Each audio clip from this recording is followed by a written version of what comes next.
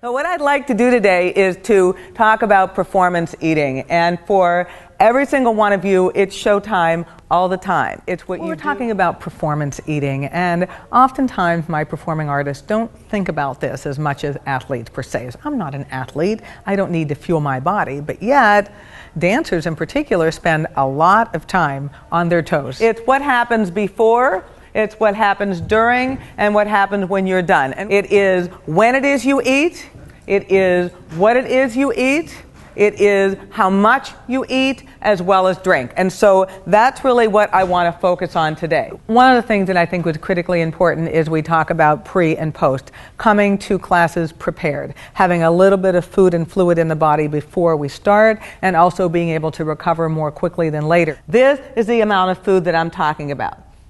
The size of a tennis ball, so the body is able to do what it needs to do. We also talked about the need to have enough fluid in and dividing that fluid out. The amount of liquid that you have to have per day is roughly the equivalent of about 11 of these a day.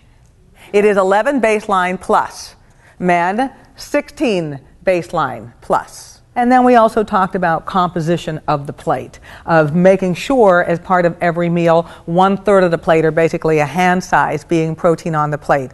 Basically 2 fists of fruit and vegetable and about a fist of whatever grain it is. What I would hope that the outcome would be for them all is to optimize their ability to perform to the maximum every single day, to really treat their bodies well, to get the most out of their bodies, to be able to push a little bit more and give it that extra. That oftentimes separates the ones in the front from the course line in the back.